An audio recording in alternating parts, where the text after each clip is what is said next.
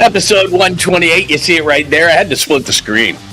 I didn't think anything would take Jimmy and the Warriors off of the show cover, but we had to split the screen with George Kittle getting paid $19.1 million a season, 4 and just over 76. So he doesn't get $20 million, but he gets damn close. And it does make him the highest paid tight end in all of the land. Thank you for joining us. I don't have a beanie on today. Sorry, I threw it on because it was really early in the morning and it was cold and I was outside. And then I forgot to put on a decent hat. So there you go. You're going to have to live with the beanie today. Somebody's going to be like, they gave me grief before. Cold in your house? Kind of is. The studio's a little bit, we keep it a little chilly in here to keep me awake. Good morning, good morning, good morning. It is episode 128. Thanks for joining us on YouTube, John Lund Unleashed channel. Please make sure you subscribe. Tell all your friends and enemies so that we can grow this lovely community that we have created on YouTube. Hit that like button. Do it right now. Do it right now. How do you know you're going to like the show? You'll like the show. We have a lot of stuff, and if I don't screw it up with George Kittle and all the Warriors stuff and videos and pretty pictures and all those kind of things, we'll even throw some Giants in at the end of this whole thing. So please hit the like button on John Lund Unleashed on YouTube. Tell your friends and your enemies. Keep those alerts on because you never know. We're going to jump on like last night after the game and all throughout the day. Bay Area Sports Collective. That's Bay Area Sports Collective, if I could talk. That's where you would find Tom Tolbert, who after I did the post game last night, Tom came on. So you got to know Bay Area Sports Collective. That's where Paulie Mack is. He'll be on at 11 o'clock with, of course, Creative Tony. Rod Brooks is here. There will be more to go, too. So Bay Area Sports Collective, so you don't miss anything. Good morning, good morning, good morning to those watching on X at John Lund Radio. I appreciate you watching. If you would like to migrate over to the YouTube channel, that would be dandy as well. And my friends who are tuning in now on Instagram at John Lund Radio there. We're also on Twitch. We're on LinkedIn for those who are working but not really working. And, of course, Facebook, my personal page, John Lund and John Lund Unleashed. If you join that page, that's a lot. All you have to do to tie it all together, johnlundunleashed.com. Everything Unleashed, johnlundunleashed.com. Shows, archives, podcasts, which Apple, Spotify, you can do those, but all sorts of different things. The blog is there. Social media links, you can buy gear, all sorts of things at johnlundunleashed.com. Before we do some roll call, let's get this thing going in episode 128. Warriors 109, Houston 106. We got a lot of reaction to that win in a Golden State 3-1 lead, which is commanding, but I think game 5 is very critical. I'll tell you why. Steph Curry, not great last night, certainly by his standards. Pods and Buddy step up, and we did see playoff Jimmy. That's a thing. That 423, as I told you last night, is not a date. That is 4 in the first half, 23 in the second, including 3 big free throws and 2 to seal that thing. They need game 5. I'll tell you about that. Could it be the Timberwolves next? 3-1 lead over the Lakers. Kittle becomes the highest tight end, George Kittle.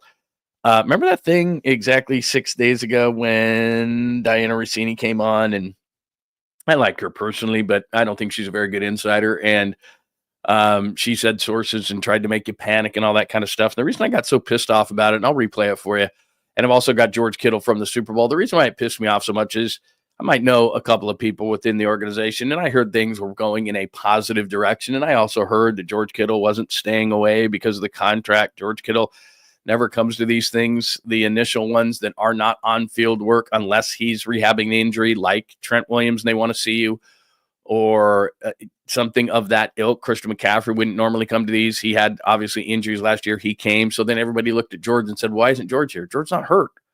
There was no animosity towards the two sides. I knew that.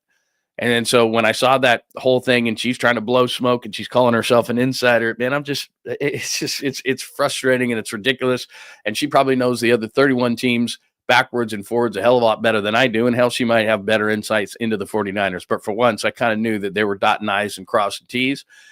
And when she came on and tried to freak out, when I knew that George Kittle wasn't staying away because of contract, George Kittle was staying away because George Kittle is got a big old barn in Nashville and didn't need to be here. And they were dotting I's and crossing T's. So why would George come out, then go home, then come out again? He was going to come out to sign a contract. He knew it. So everything was just fine. Thank you very much. So he is now the newest and highest paid tight end in all of the league. We'll get into that conversation. When is Brock? Is Brock next? Let's freak out on that. Everybody talking about the draft of the 49ers. There's still some remnants remain. The offensive line is an issue. What are they going to do there? Could they pick up a veteran? power ranks, which I don't think much of, but I'll tell you one of the reasons why I think the 49ers are going to do well this year. A couple of things on the Giants. ESPN did this cool thing yesterday. We're not even at the quarter poll, so I don't really acknowledge things to the quarter poll, but they did something fun and catchy, and I clicked on it. So, and it's an insider thing, so why not give it to you, because you're the sweet, clean viewer, and I'm your friend, and I'm going to give you this if you don't have it through ESPN. They did with each, not each team, but each position, I should say. They had all-star, worth watching, and disappointment. All-star, worth watching, disappointment. So they've got some guys on the Giants that'll give you that as well. And as always, random things happen throughout the show. If you're new here, that is the bottom of the chalkboard. Random things happen because the roll call, which I'm about ready to take on the comments section, always, if you're over here on YouTube, always, I start going, oh, this and this and this, and then I start talking, and then we're off the rails, and then I try to bring it back, and that's kind of the show in a nutshell. Good morning, top of the morning to you, Hurley Bird. It is great to see you, Fiend. Nice to see you, Vernon Skeels. Pine is here today. Kid Icarus 5 is here. Joy, great to see you. Saw Joy last night, I think. All sorts of stuff. Taylor, good morning all to Taylor. Francis, great to see you. Chris, hello, Chris. Mark, I think Mark changed his, you did. You changed that, didn't you? Yeah, because that's what Jimmy did. Nice job, Mark. I like that. Rockin' New Era is here. Great to see you. James, hello, James. John Harder is here. Hello, John. Nice to meet you. JJ Raider, hello, everyone. Hello back to you. Joe G is here. Pay Brock already. That is up next. Sports Girl for Life. It is great. It's some balance in this room, man. Bunch of guys, a bunch of testosterone, bunch of stinky guys. Big fans, though. Steve is here this morning. Christian, good morning to you, my friend. Let's see what else we got. We got a bunch of people in the room today. Dime is good here. Reporting for booty. Very nice. I like that. Very nice. Let's do this. All right. Good morning. If I did not hit you up, believe me, I will. We got to get to a bunch of stuff. There you go. Oh, by the way, like this, I think you might be new around here, but I love it. Maybe you're not. I think I might have seen you before, Humboldt Fats. Tell me. Good morning, Mr. Lund. I like it. That's a good-looking man right there. All right, let's get things going, man. It is a ton of things that we have to discuss today. Let's start with the Warriors. We will get to Kittle. I got a bunch of good Kittle stuff, so don't go anywhere if you're here for the Kittle stuff. By the way, if you're watching the show later, we have chapters. So if you go to the show, look below, click on that, and there's chapters. So whatever it is you want to watch, whatever you're into, maybe it's the Warriors, maybe you're like, skip ahead to Kittle. That's fine. Giants at the end. That's fine. Random stuff throughout. You can see it in the chapters when you go over to the YouTube page. So I love that you're watching on any platform that you are. But anything you want to watch, just go over to the chapters on YouTube, and you can click on whatever you want, whenever you want. All right, Warriors win at 109-106.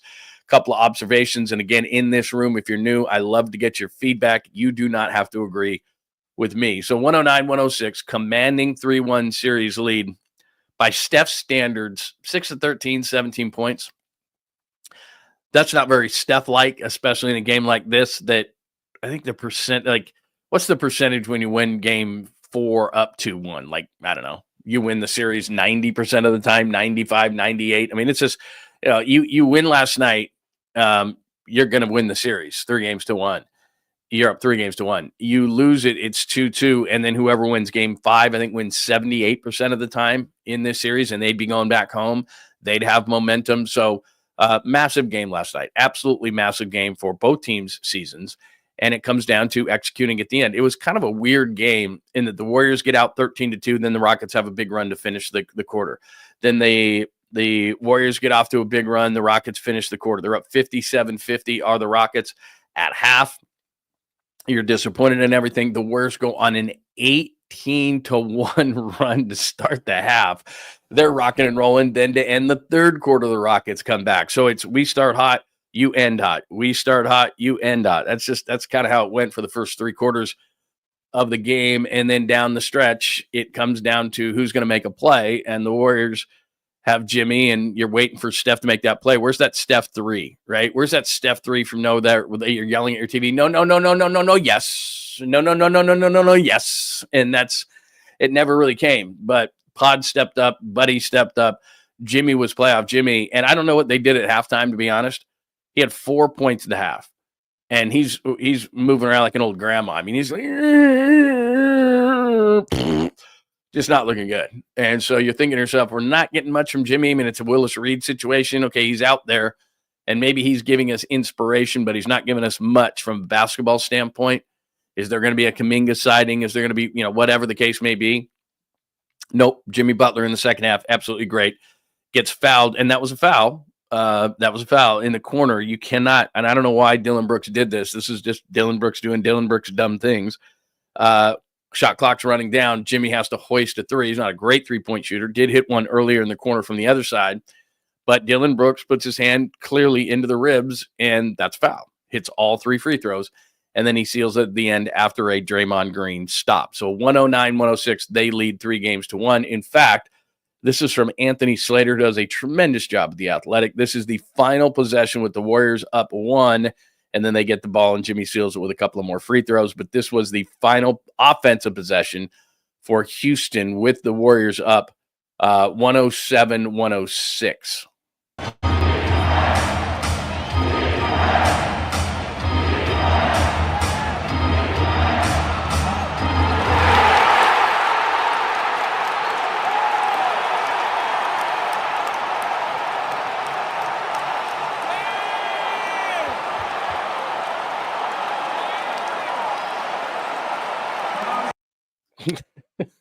Draymond Green is a great hype man, and he's had, by his standards, not a very good series. 𝐮𝐬𝐽 is a really tough matchup for him. They've done a nice job on the other end of the floor with him, and so his series has not been great. So I get that he was being the cock of the walk, baby. That he was kind of being the, he was roostering around there after that play. Reality is, if you go back and you watch that play, he moved his feet very well. He was in position. He did not jump or contest the shot. He had his arm up, and he did a nice job bodying 𝐮𝐬𝐽 a little bit. But that's a shot that 𝐮𝐬𝐽 probably makes 75% of the time. He's made it this entire series. I don't know that Draymond did a whole lot on that defensive possession, but he was there and he moved his feet, and he made it a little bit more difficult than the shot probably was. When he first got the ball and he went deep like that, I was like, uh-oh, he's too deep in the post, and I thought he was going to score. So let Draymond get cock of the walk. It's been a frustrating series, and we'll get into what happened in the second quarter, where Dillon Brooks bodies Steph to the floor. Steph does that's your second foul. Steph explains why he did that, because I was thinking that's not very Steph-like. And the other thing that the NBA, especially in the playoffs, I know you want to get it right, but it stops all momentum. The home team gets a breath. The home crowd quiets down. I think the 5 minutes that it takes to get a play like that right, and I get it, that's the point of replay, get it right. But 5 minutes breaks the momentum, gets the crowd out of the game a little bit, slows the game down. I think it's a clear advantage for the road team. That was 60 seconds. Steph Curry initiated everything by the 2. Dillon Brooks went back at him. Those are, okay, there's your technical fouls. Draymond Green only got a technical foul by reputation, and if you watch the show on any consistent basis, Draymond Green has earned that negative reputation. There's no question. He has earned that negative reputation. But in that case, he was just trying to be a peacemaker, to be honest. But they saw 23 in the middle of that scrum, and they went, oh, that's got to be a technical foul. And the only reason I'm bringing that up, because later on in the game, when Draymond Green and Tori 𝐸𝐮𝐬𝐽 get into the fracas that they get into a little bit, you could, if you were, again, using Draymond Green's reputation, and Reggie Miller was talking about it, then you would think you were holding your breath, just like I was, thinking Draymond's getting kicked out of this game, because his foot goes up and hits 𝐸𝐮𝐬𝐽 in the head. And even though I didn't think it was intentional in any way, shape, or form, I don't know. I try to think that I'm not biased as I'm watching that, but I thought it was just, he was following through. He was, they were grappling on the floor. In the past, that would be nothing, but it was a technical foul, or it was a flagrant foul on Draymond Green. He already had a technical foul. And Reggie Miller, those are two separate things and don't get you kicked out of the game. I think I said this last night in the postgame, I think your commentator should probably know that. Shaq and Charles don't have to know those things in the studio. Shaq didn't know how to pronounce Podziemski's name. I mean, Podziemski's good enough, and the Warriors are high profile enough, Shaq, that you should probably know that. But okay, I get it. It's an entertainment show, and I'm a big fan of it, but you should probably know how to say Podziemski. And Reggie Miller should probably know that a technical foul and a flagrant foul combined will not get you kicked out of a basketball game. But okay, I digress. There was a moment that you were holding your breath down the stretch going, uh-oh, Draymond could easily get kicked out of this game, and they could call something and kick him out because of reputation. They didn't. Therefore, Draymond was on the floor. and he, in some way, shape, or form, altered that shot at the end. It's not like he blocked it. It's not like he really even contested it, but he was there. And I'd rather have him in there than, I don't know, Quentin Post in that situation. Maybe Looney probably, to be honest, Looney probably would have been in there in that situation, and I trust him. But bottom line to the whole thing is the Warriors get the thing done. Let me pop up the box score a little bit, then I'm going to get your thoughts on this. What do you think, A, of the game last night?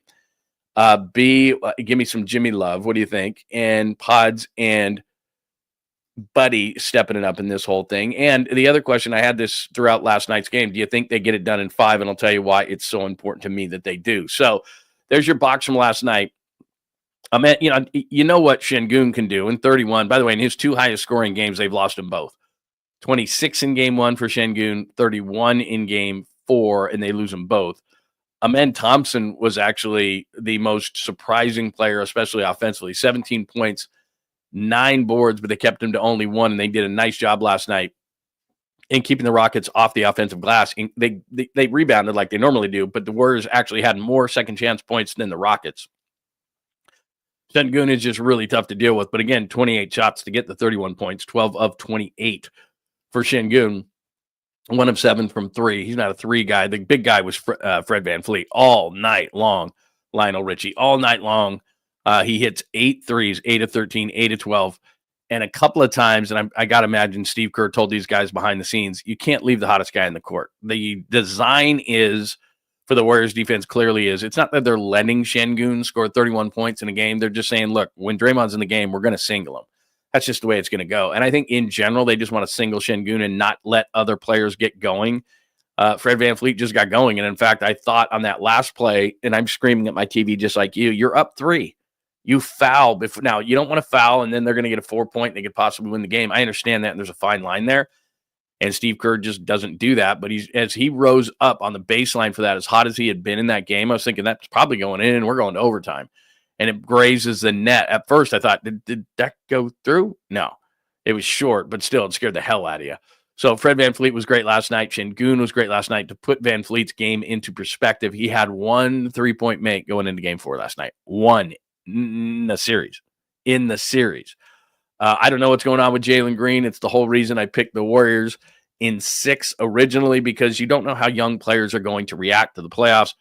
Green had, 7 in the first game, 38 in the second game, and then he pulls off, I think it was 9, and then now 8 in this game. And the thing that tells you that, and I use this word all the time with coaches in the playoffs, trust. Can I trust you? He didn't play from 5 minutes in, Jalen Green, and they had that last possession that we just saw Draymond Green on 𝐮𝐬𝐿. He's not on the floor. Your leading scorer during the season at over 21 points per game is not in the game. That's just youth. He's just not playing well in this series. He hasn't been in the playoffs before, where 𝐮𝐬𝐿 is just going, I'm going to take this thing. And Thompson last night is obviously warmed up to the playoffs. Jalen Green, complete 0 last night. Steven Adams is a problem. 𝐼𝐸 can be a problem. He wasn't necessarily a lot last night. And then a really smart thing, give Steve Kerr credit for 2 things he did last night. And this is a Warriors thing, but he's the head coach, so he gets the credit. Buddy Hield starting his 2nd solid game in a row. The moment just kind of looks too big for Moody right now, and he doesn't fit really the athletic profile of taking on some of these Rockets like Amen Thompson. He's not physical enough for Dillon Brooks. Obviously, 𝐮𝐬𝐿, Jalen Green. He can play in the series. I'm not saying he can't. But with Buddy's offense, what that does spreading the floor for the Warriors to have Hield, Podziemski, and the way Podziemski was hitting shots last night, and Curry, that's huge for these guys. And that's why Kuminga's not playing, because you've got to get people, you got to have floor spacers on the offensive end of the floor. Now, Buddy can kill you on the defensive end, and that becomes a problem, and that's where you may have to make up for things. But his shot was good enough last night that he was good enough on the offensive end of the floor to offset defensive inefficiencies that he had. So as far as the Warriors are concerned, when you're getting 15 out of Buddy and 26 out of Hield, out of Podziemski, you're getting 41 points out of Hield and Podziemski. Absolutely great. And it seemed like every time you turned around, it's not just the 9 of 18, 6 of 11 for Podziemski. He was just making a play all night long, whether it be, taking a charge, driving to the hoop, kicking it, whatever it was. He just, grabbing a board. Podziemski was phenomenal last night. And if this was hockey, Star 1 would be Butler, Star 2 would be 𝐃𝐨𝐽𝐻𝐿, and probably Star 3 would be, I don't know, between 𝐮𝐬𝐿 and Van Fleet. They'd have to share it. Can't have 4 stars, though. But great guys stepping up last night. Curry 6 of 13. He's going to have that night, 17 points.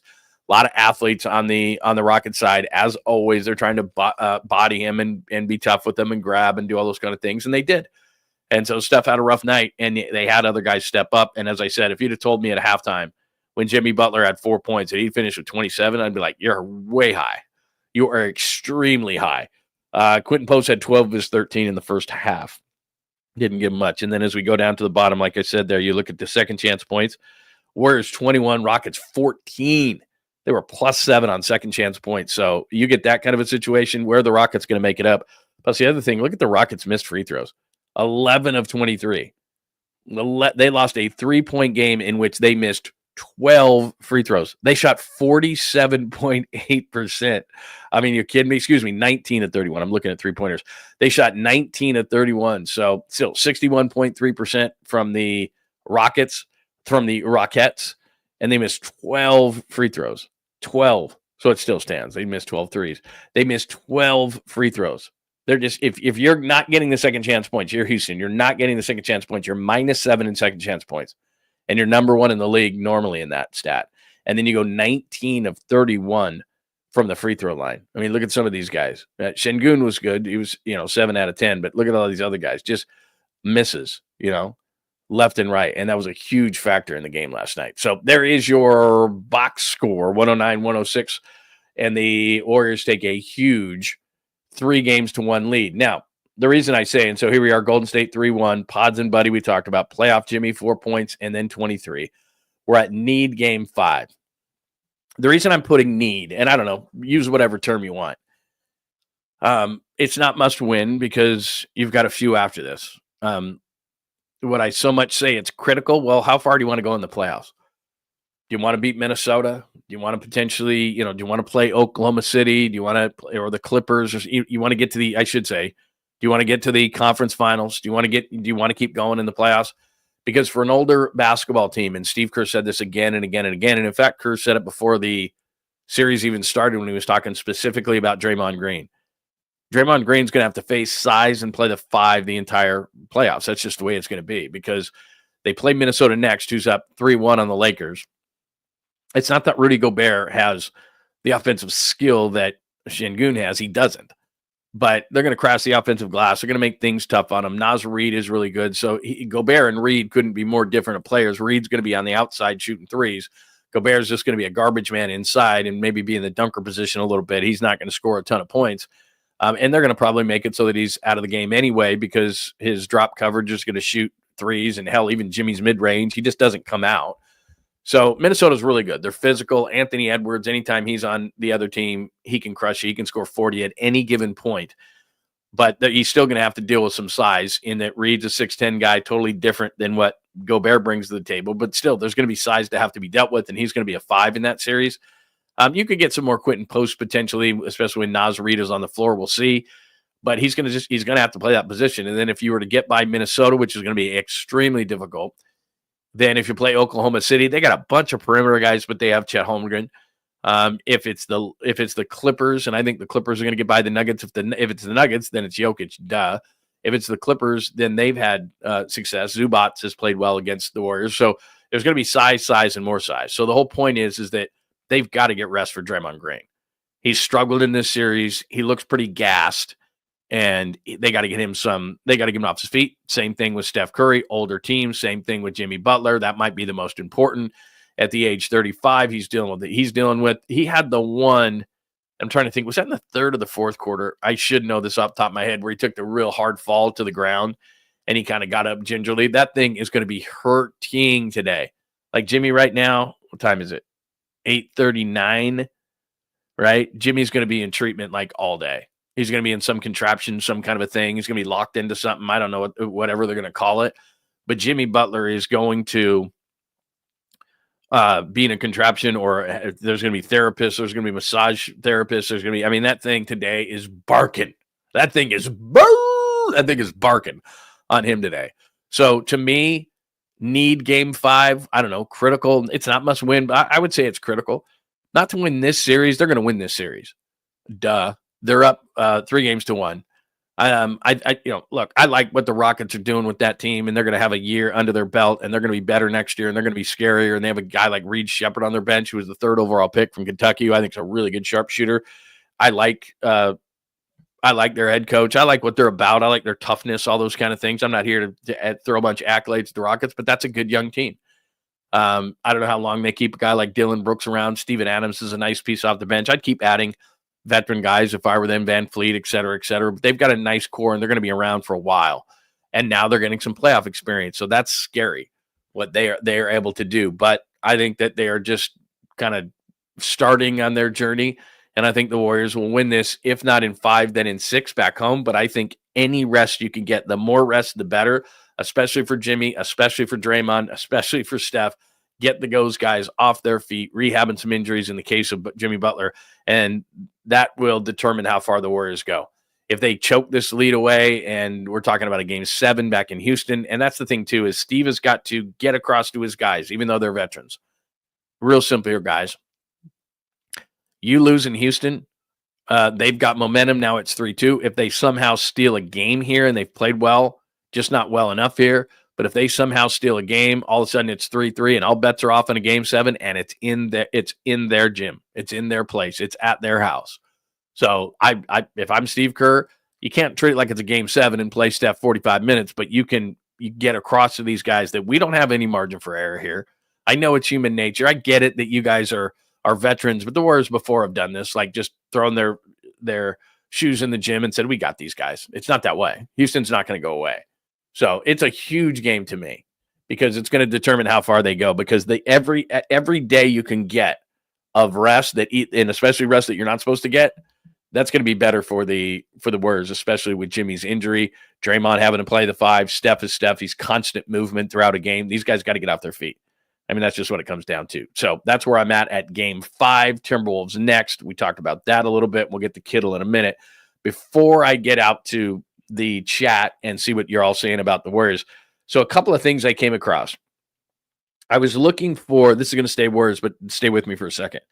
So I was looking for a George Kittle cut from the Super Bowl, and I went back into my archives and found it. But along the way, so right around the time, it was Super Bowl time in New Orleans, was the time that the Warriors traded for Jimmy Butler. So I'm going to take you back in not so much a way back machine, but we're going back to early February here. Right, we're almost to May, so we're looking at 3 months and the impact of Jimmy Butler. Now, obviously, last night they don't win without playoff Jimmy. 23 in the second half, they don't. There's a lot of these games. I didn't even think, by the way, let's just back it up even further. They're not even in this position. They're a 9-10 play-in team. They were 500. I think they were 25-26 actually when they got Jimmy. Probably losing the play-in. Certainly aren't in this position. They probably where Memphis is, and Memphis is already gone fishing. They're in Cancun, wherever you want to be, as far as your vacation is concerned. So this is I was trying to find a Steph one because he was so depressed before they made these trades. But here's Draymond Green the day before the trade deadline, the day before they got Jimmy, and they were asking all the Warriors, hey, man, you guys are like 25-26. What's going on, man? What kind of trade can the front office make? So here's Draymond. This is before the trade deadline, a day before the trade deadline. 500. You got to expect that they're going to look to be aggressive. It's not an organization that's going to do anything dumb, but they're going to look to be aggressive, and I understand it. I respect it. So, yes, when you're sitting at 500 and you have the expectations as an organization that we have, it's definitely going to be a little more intense. And then you add into the fold of, like, Luka Doncic just got traded, so everyone think everything's possible at this point, right? If you saw that and you didn't call every superstar, you're crazy. Like, that's just the reality, right? So, take all those things into account. De'Aaron Fox got traded. You take all those things into account. You bet your bottom dollar is tense, but it should be the same. Some organization that's just looking to be around 500. We want to compete, so it's definitely a little more tense than normal. Y'all either, right? Yeah, you don't win as much as we have if those ambitions don't align. Mm-hmm. So they definitely align. We want to compete, and it hasn't gone quite the way we thought it would go. But in saying that, yet and still feel very comfortable. So 25 and 26. That's early February. That's like February 5th, I think it was. So it's almost 3 months. I mean, not to the day. What are we on the 29th? So we're almost to May. So we'll call it around 90 days, a little bit less, 85 days, whatever it is. So that was the vibe around the Warriors about 85 days ago. It's not that long ago. And all of a sudden you bring in Jimmy Butler and he scores 23 in the second half, even though he's banged up. They wouldn't be in this position without Jimmy. Even if and maybe I'm wrong in this thought.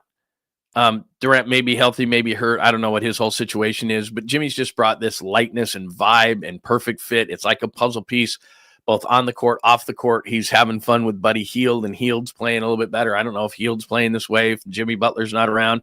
Butler's inside, Curry's outside. And I know that Pods and Buddy last night were the outside, and it wasn't as much Steph. But just generally speaking, this was a 25 and 26 basketball team. There's no way they're in this series against the Rockets without Jimmy Butler. And they're desperately trying to make this move. And just to take you back, because I was told this, and I've told you this before, he was going to Phoenix. He didn't want anything to do with the Bay Area because the Phoenix and Matt Ishbia, their owner, offered the contract extension, and Jimmy said, good. And then Bradley Beal, who you should be sending a thank you card, said, I'm not going to Miami. Not happening. He has a no trade clause. He and LeBron James are the only two that have him in the NBA. And he just said, I'm not going. Not happening. Try again. And that's when we heard the word that Jimmy Butler wasn't coming to Golden State. It wasn't that, again, they had agreed. So the Suns agreed to the extension, couldn't get the deal done. Warriors had the deal done, said no to the extension. And finally, Joe Lacob says, if we want to go anywhere, we're going to have to get this guy. Even Joe Lacob, even you, even me, even Steph, even Dre, anybody around the Warriors could not have predicted the fit would have been this good. And for people who have called me out before, and I'll 100% say this, I say 1,000 things every single show, and we do 6 shows a week. I'm not always going to be right. Most times I'm going to be wrong.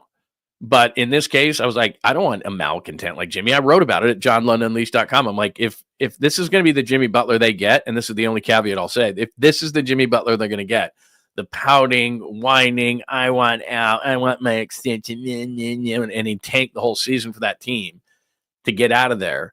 I didn't want anything to do with that guy. Now, the guy that's come here has been the polar opposite of that guy. And I had some cuts, and I didn't play him for you, but his introductory press conference, I went back and watched that a little bit today. But just think about where this team is right now. I don't know that they can win a championship. Not sure they can get by Oklahoma City or the Clippers. I think that side of the bracket's really hard. Denver, I think they can probably get by Denver now. Denver doesn't look great. Even though Aaron Gordon, that played the other night, I think the Clippers are going to win that series. I could be wrong. But Clippers, Denver, OKC, that's really tough.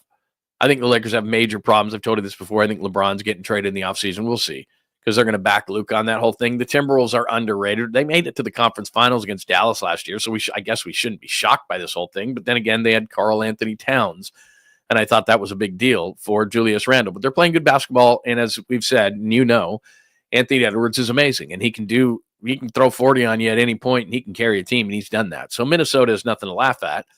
And so it's going to be tough, but I think they could beat Minnesota. I don't mind that matchup. Oklahoma City, probably too tough. But the very fact that you and I are together right now at 8:48 on Tuesday, God, my eyesight, on Tuesday, April 29th, and talking about the Warriors as a potential contender in the West, I don't know that they could beat Cleveland or Boston too. There's some really good teams out there.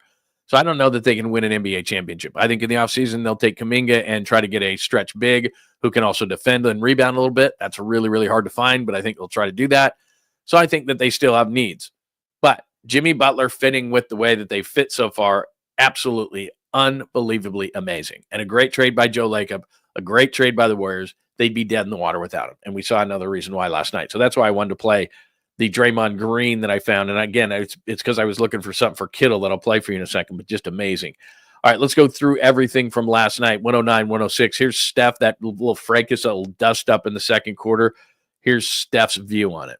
So, I mean, it's like, siblings. Haunting, a sign of you turning over a new leaf. What up, Marcus? Becoming a villain. I'm not going to. Yes, I am, actually. That was so stupid because he had did it literally the play before, and I just returned the favor, but they didn't see him. They saw me. It's like, siblings, the second one's going to get in trouble. So that was me. All right, so that's what happened with Steph Curry. So, because I was wondering, I'm thinking to myself, why are you doing that? Because let's be honest, okay? Let's take off our blue and yellow glasses for a second here.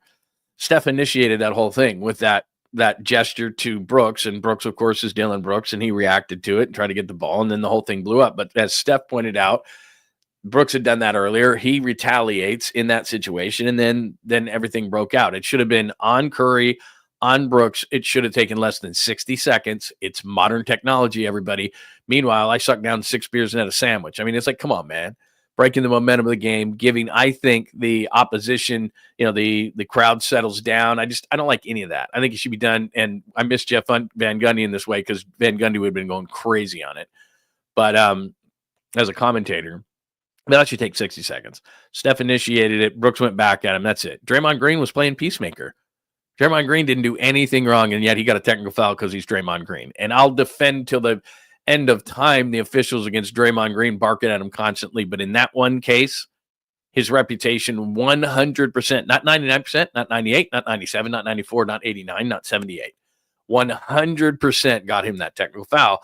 And then later on in the game, when he got the flagrant foul, Reggie Miller, not the same thing, not going to get kicked out. When he got the flagrant later, we were all going, don't kick him out. You can't kick him out because he shouldn't have got that first technical foul. So anyway, there's what's going on there. And here's Jimmy Butler. This is a great question by Monty Poole. He's like, is it kind of fun going back and forth with Dylan Brooks? And Jimmy ain't playing that game. Here's Jimmy Butler. So it looked like you guys were having fun. Like, took it back to the playground almost, it looked like. What was it like out there? And it looked like you guys were like going back and forth. Did you enjoy that element of the game? No, we're not having fun. You get me on record for this. I don't like Dylan Brooks, so we're never having fun. I'm a fierce competitor. He's a fierce competitor, but there ain't nothing fun about that. They just love Jimmy Butler, man. I'm trying to decide. Like, he's not Draymond Green. Like, when he came over here, I'm thinking, are those two going to clash? He is. He's a fierce competitor, but yet somehow he doesn't ever seem out of control. And for Draymond Green, he is a fierce competitor and at times can be out of control and at times can be just outright stupid, even though he's a veteran and very, very smart. And you're just looking at yourself like, dude, man, you're too old to be acting like a child. You're too old to be barking constantly. Like, I don't know how Jimmy Butler does it with officials. I'm sure he goes to them and tells them and talks to them, but it seems like he has this like governor on his speed, on his dial, and it doesn't ever redline. Like, but he's a super competitor. So when Draymond Green says, I have to play this way, I have to play this way. Like, Draymond was asked after the game, hey, did you have to be careful after that first technical? And Draymond said, no, because I might as well just sit my butt on the bench if I can't play a certain way. Whether he realizes it or not, and he does, but he's just trying to keep this facade up, he has dialed it back. He's dialed it back this entire season. He dials it back when he doesn't like calls. And I don't know if that, again, I don't know that if that's Jimmy Butler's effect, but he's pulled it back. And I give him a ton of credit for that because he hasn't always walked the line, Johnny Cash. He always hasn't walked it. He always says that he has, but he always hasn't. But in this particular case, he did. In the season, he did. It would have been a shame if he had been thrown out. I'm not going to give Jimmy Butler any kind of credit like that, but Jimmy Butler can be the white, hot, intense competitor that he is and keep things calm. That's the guy that always scares you in a fight, too. The guy that's calm in the fight, who's just kind of sitting there, and that's reminds me of Kawhi Leonard, and Jimmy Butler's not Kawhi Leonard, but where it's just like he's not freaking out. He's just being matter of fact about everything, and then there's the guy that's freaking out, and I'm not really afraid of the guy that's freaking out. I mean, it's weird, but it's always the guy who's kind of calm, collected, and he's got his thoughts about him, and that's how I look at Jimmy Butler. Look, I'm sure, again, in the locker room, he is keeping people accountable. I'm sure in timeouts, he's keeping people accountable. He's a veteran. He's respected, but he doesn't redline. He does not redline. He's not quite Steph Curry is almost too much. Jimmy's probably in the middle, and then Draymond's up here. And I think that Jimmy has had an effect. Like, you don't have to freak out, man.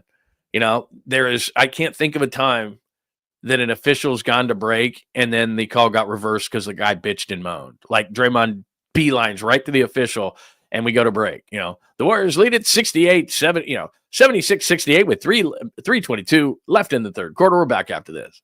And then Draymond as we're going to break, he's beelining the official. and we don't come back, hey, they called that foul on Draymond Green, but now we're back from break and they've reversed that call, and Draymond Green is not going to be assessed a foul. And it's like that. No. Oh, I see your point, Draymond. That's a great one. Like, just constant at the officials, constant. And he's not as bad. It's good. All right, let me get your thoughts on it, and then we'll move on to a big story today. I thought the Warriors are worth the first 40 minutes of the show. There's no doubt. But again, George Kittle's been signed, and if you're watching the show a little bit later, we have the chapters up, and you can click right to George Kittle if that's what you want to get into. But the Warriors getting a 3-1 lead, having a big game 5 in which I think it's very critical that they win so that they can get their rest. That's what I'm thinking. All right, what are people thinking here? Let's see. Yeah, Luka. They're going to trade LeBron. I don't know. I could be wrong. They're not going to keep him.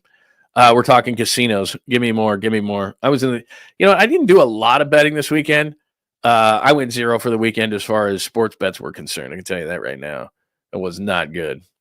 The Nutter. Good to see the Nutter in here. Very nice to see you. The refs need to target Brooks as much as they do Draymond. I would agree 100%. Brooks early on, and I think it was Harlan who said that Brooks was going to, he's going to tone down his stuff. He hasn't been toned down. He just doesn't. Let's put it this way. When Dylan Brooks is on your team, you know what you are. You might be a playoff team, but you're not going to go much further than that. He's just, he'll hit a shot here and there. He's a fake tough guy. It's his act is old. I mean, Jimmy Butler just said what he said in a matter of fact fashion. It's not like he's worried about what Dylan Brooks is going to do. He's just like, look, I don't like Dylan Brooks. No, he did give him a compliment. He said he's a hard competitor. I'm a hard competitor. But I don't have a whole lot of that. Kuminga and some draft picks. Can you imagine 𝐮𝐬𝐿? That would change things. I mean, you got Jimmy, you got 𝐮𝐬𝐿. 𝐮𝐬𝐿's in the middle. I mean, can you imagine what that would open up for Curry? They're not going to move 𝐮𝐬𝐿, but yeah, I think Kuminga can bring something back. I think there's a team out there, a desperate team out there that says, this guy is a young player. It's not going to surprise me when Kuminga is traded in this offseason, because the Warriors aren't going to give him the big contract. Whoever does is going to be a lower level, desperate basketball team, and they want to get talent on the roster. And they probably had Kuminga very highly rated when he came out. They love the athletic profile, and they're gonna give up something for Kuminga. And you probably on the surface will say that it's not enough. That will be my prediction. That we'll all look at it and we'll go, well, that's not enough. But it's not about matching talent for talent, athleticism for athleticism. It's about fit. Jimmy Butler is a fit. Go find the Jimmy Butler. I know this is difficult, but go find the Jimmy Butler of stretch threes who can also play some defense and rebound. I don't even know if that person exists, but that's what it's going to be. It's going to be an older player that is on the same timeline as the rest of the Warriors, who's an established veteran, who can defend, be tough. That's what they need. They need to add some toughness, rebounding, and, oh, by the way, could you hit a three every once in a while? A Bobby Portis type, and you're going to go, well, that doesn't make sense. He's not as good. He doesn't have as much upside. He doesn't. But you need that. It is glaring this team if they don't win a championship, and I don't think they will, and this is a really fun ride, and this has been a really cool season since Jimmy got here. I just think they're missing that element in a Western Conference that's pretty big and tough and rugged. And it's probably going to rear its ugly head, even though Draymond's doing a nice job at the 5. I think he's tired out. Looney can come in at times. Quentin Post will give you the offense like he did in the first half, but didn't in the second half. So what would you say you do here if you're not hitting shots? Trace Jackson Davis looked like he was rusty. That's just what it is. He's not playing, and you can practice all you want. You can be on the bike, and you can do stuff before the game and after the game and all that kind of stuff. It does not prepare you for playoff intensity. And things were just going a little too fast for Trace Jackson Davis last night. So he's not going to give you a whole lot, because you're going to try to stick him in the middle of the playoffs when it's this intense, and it just goes like this as the series keep going. So he's probably not going to give you a whole lot. Gives you size, and he'll give you a couple of fouls, but it's not fair to say, let's just stick him right in the middle of it and then expect him to play at a really high level. It's just hard.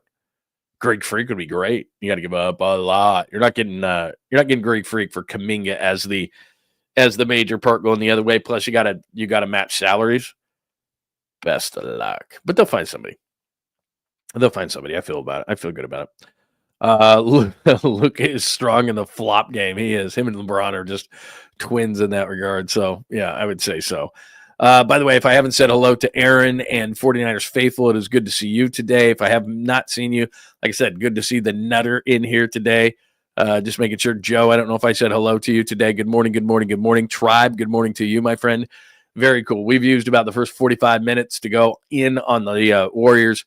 Huge win last night, 109-106. We've gone through it. Pods and Buddy, playoff Jimmy, 4 in the first half, 23 in the second half. I think they need Game 5. T-Wolves next. They're up 3-1 in their series, and I don't see LeBron and Luka getting off the mat in that one. All right, let's get to George Kittle, the highest paid tight end in the league. In fact, let me show you a fun graphic right here. Let's see, where is it? Right here. Okay, 2 things for you. A, there's the official signing. So if you're thinking, where's this coming from? Is this some friggin' insider? What's going on here? That is the official email that I got this morning in my box. The San Francisco 49ers, and as they have signed All-Pro tight end George Kittle, 4-year contract through 2029. And then John Lynch has a nice quote, blah, blah, blah, whatever. 4 years, $76 million, 19.1 per season. Where is, did I not put the contract up here? I didn't. Unless I put it down here, I didn't. All right, I had it. Let me see. Did I? Oh, you know what? I did do it. But I'm going to share my screen with you. Here's what it looks like. Again, just to kind of, this is the guys at Over the Cap who do a really nice job of this stuff. It's not all official there, but that's it. There you go. There's the contract Excel. 4 years, $76 million, 19.1 per year, $40 million. That'd be nice to get that check. And he did. I saw pen to paper today. So that means George Kittle's going home to Tennessee with $40 million large. Average salary of 19.1, 2025 will earn a base salary of 14.4 and a workout bonus of 100,000, cap hit of $22 million. All right. So this is what's important about George Kittle. He made about $12 million last year. He's going to make 14 this year. His cap stays about the same though, at about $22 million. But it'll go down after that point. They've only got the first year up there, and then they'll go from there. But again, 14.4 base, restructure, all that kind of stuff. So it is official. It is official. George Kittle is staying with the 49ers. Your question after that, is Brock next? We'll get to that in just a second because there's a few things I want to hit up here on George Kittle. So if you want to hit up on some George Kittle talk, we can do that. Here first is the 49ers. This is actually, you know what? Let me go backwards. And then I'm going to show you that last because that's kind of like a grand finale. All right, so I played this for you. This is in New Orleans at the Super Bowl. This is on the Kay Adams show on Media Row at the Super Bowl, and she's like, what's going on with your contract? George has his pizza shirt on. It looks ever so nice on him. Here is George talking about wanting to get a deal done with the 49ers with Kay Adams. This is Super Bowl week. Want to clip this off and send it directly to John Lynch? Or... John Lynch, Jed York, Kyle Shanahan, send it to all of them. Bueller, when is this happening? You're entering the last year of your contract. I am. I know you want to retire as a Niner, yes? I would love to. What's happening? Pizza. Pizza's happening, Kay. Waiting on them. There's no talking yet? No, I think there's been talking. I think, we're mildly on the same page. What are we waiting for? I have no idea. All right, so that's about the same time, and that's why I found that Draymond Green cut pre-trade deadline is because I was looking for that cut in my archives from George Kittle Super Bowl week. So at that point, he's saying no substantial talks. Again, same timeline as Draymond Green there. They were right next to each other on my timeline as far as finding that stuff. So about the same time, around February 5th, February 6th, whatever the case may be, there's George Kittle with Kay Adams saying, yeah, I'd love to get a deal done. And waiting on them is essentially what he said. They got a deal done. Makes him the highest paid tight end in the league. He's very happy. So then last week, I hate to bring this up again, but I just want to reiterate these things that you hear from NFL insiders and you don't know where the stuff is coming from. And George Kittle last week, and this just pissed me off. This is like 5 days ago. George Kittle says to her publicly, your sources are wrong. I was told he wasn't staying away from, and they're not even OTAs. These are just, that first version of last week was just check-ins.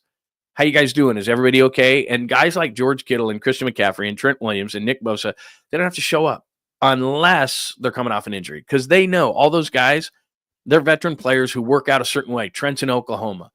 McCaffrey's in a number of different places, but he's working out. He keeps himself in amazing shape. George Kittle's in Nashville. Nick Bosa's down with Joey in Florida.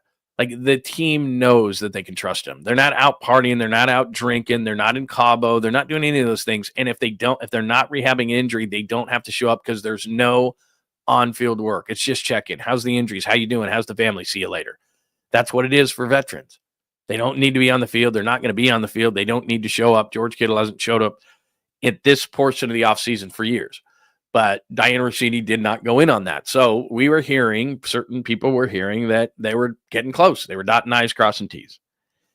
And she came out with this 5 days ago, and this is what pissed me off. And it's not her, and I'm not going in on her. What I'm saying is that you just can't believe everything, and then everything gets thrown out. And so there's this big deal that George Kittle's holding out and not coming to camp, and that just wasn't the case. Negotiation. We know that Kittle wasn't there for OTAs, and from what I was told, it has to do with this contract. He wants to be the highest paid tight end in the NFL, I was told.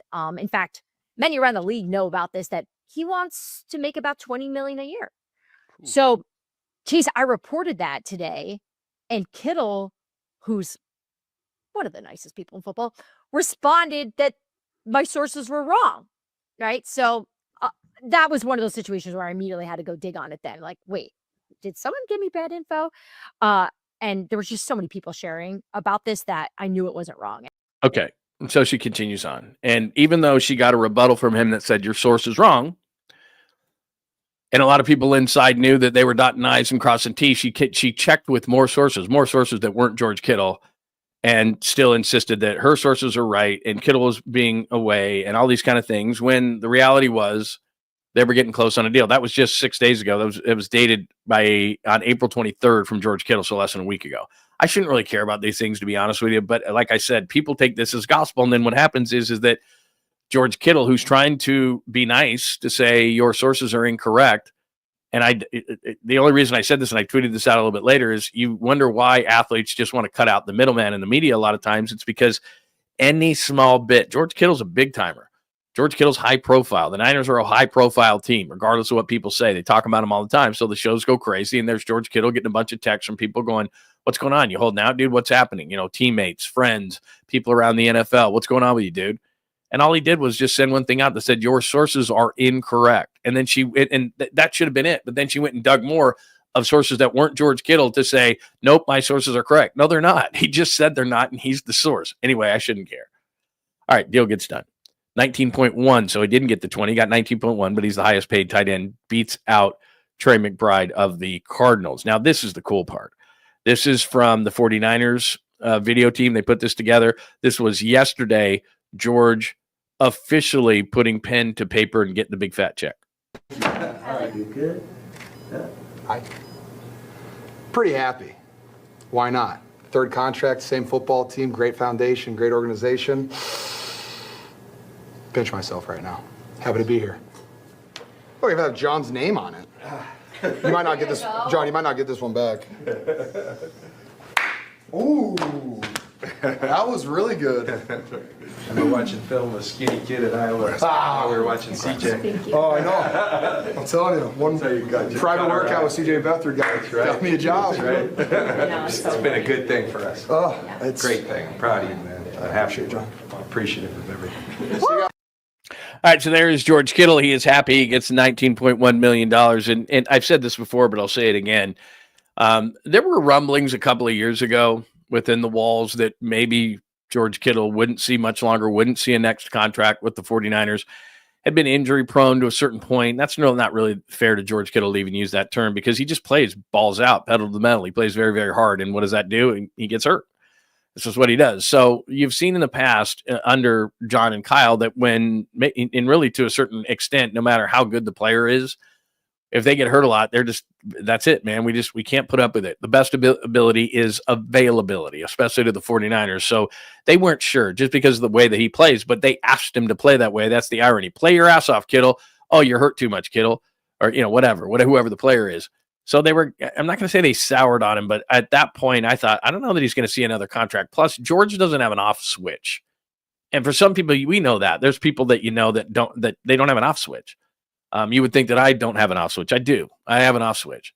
But a lot of people, they just don't. And it can grind on people. And so, he's going to be less effective. He doesn't have an off switch. Let's see how it goes. He could decline here. He's 30 plus. But you know what? Over the last couple of years, and yet last year specifically, you find out the character of a guy in any sport when you're losing. This 49ers team last year, we all knew it. We all thought it. We're like, okay, this is a Super Bowl contending team. Then they have injury, weirdness, holdouts, hold-ins. And we knew very early that this ain't going to be it. This just ain't going to be it. And so for a player, you could just wrap it up. Look, man, I'm here to win Super Bowls. George Kittle is here to make some more money and, this and that, but he loves the process. He loves football. He could have easily shut it down. This is a guy that plays all out, knick-knack type of injuries, didn't have to be playing, had some stuff going on, and he just kept playing and kept playing and kept playing, even though it was very obvious that they weren't going to the playoffs, and he could have just shut it down. He didn't. He showed leadership in that way. He was great on the field. He was great off the field. He's like, I don't care. I'm going to play. Played into the last game. Didn't play the second half of the last game, but still, the dude was like, I'm playing. I'm going to set a tone for this football team. We may be 6-11. We may be long out of the playoffs, but I'm going to keep this going. And he played as hard as he had, and I think he had his best season since it's been a couple of years. And so he proved to the organization that not only am I a good football player, you knew that I was a great leader, but I took it to the next level is what he did. And so he gets the extension, 30 plus, whatever. George Kittle, I'm not going to say because I hate this game. I hate best of all times. But in terms of blocking and receiving, you're going to have a hell of a hard time finding a better one. I know Gronk is up there because the Patriots won Super Bowls, but he retired a little bit early. Kittle's going to have more catches, yards, the whole 9 yards, touchdowns, all those kind of things than Gronkowski. It would be great if George could at least say he's got one of those rings and not none of those rings, but that's just the way it is right now. So if he doesn't get any of those rings, Gronk, probably in the eyes of most people, is going to be the greatest complete tight end of all time, and there's been a number of them, but you're going to be hard. He's an automatic. He could walk off, and I hope he doesn't, walk off a sidewalk, get hit by a bus today, add nothing more to his resume, and George Kittle's a Hall of Famer right stinking now. He doesn't have to do one more thing. He's a Hall of Famer. He's a walking, talking Hall of Famer is what he is. Afterwards, he's probably going to go into wrestling, whatever the case may be, something high profile. He's a funny guy, as Diana Rossini said there. He's one of the nicest guys in the league. I remember like it was his, I was doing, so I would do post game for the Niners. You know this. I would do post game for the Niners, and then we would at 7:00 Pacific time. So we'd get off Niners post game at like 6:58 p.m. We'd go right to ESPN Radio, Larry Krueger and I, when we would do the national NFL wrap on ESPN Radio. So I would go into the locker room and I would grab one guy from offense, one guy from defense for the 49ers for ESPN Radio interviews because they were the highest profile guys. A lot of times it was I would grab Richard Sherman for like 2 minutes, and then I'd go over to Kittle's locker for like 2 minutes. And I had to do it fast because I had to get back to the 49ers post game, and I had to send the MP3 over to ESPN, one offensive, one defensive guy that we could use during the show. And they were only about, like I said, maybe 4 questions, like 2-minute interviews. And so I'm running kind of late, and I get a text. I'm pointing to my ear like somebody told me this, but I get a text. Hey, we're going on. We got to get you back here. And so Kittle was in a scrum, and I didn't want to be a jerk, but I said, hey, dude, I need you for a national. Nicest guy ever. And from that point forward, he would always, like, no matter what, in the locker room or whatever, he'd always acknowledge, like every time, hey, what's going on? And just a really cool guy. And that doesn't mean anything to anybody. I understand that, but just a really cool guy who has stayed down to earth. He's a tremendous leader. He loves the organization, all those kind of things. He works really hard. He's just done so much for the organization, for himself, for the brand, for all these kind of things. He's a great guy, goes on all these different shows. There's a tremendous interview. He's everything that you want out of a football player. And so you want to reward guys not only for what they do on the field, but he has set the tone for this organization. He was drafted in 2017 in their first draft, and you can't think of a better tone setter than when George Kittle has been, because you got to live up to the standards of that guy. You got to live up to the energy of that guy. Good luck. Good stinking luck of staying up to the level of that guy is from a play standpoint. He does it. He blocks, he catches, he sets a tone. He helps younger players. He's light. He's easy. Like you see all those things. He gets mic'd up in every game because the NFL Films is like, please, Kittle, please let us mic you. And he does. And he never disappoints in those kind of things. He's the complete package. And if he doesn't go down as the best all-around tight end of all time, it's only because he didn't win a Super Bowl or enough Super Bowls. Because right now, probably the greatest all-around, or considered the greatest all-around, is probably Gronk.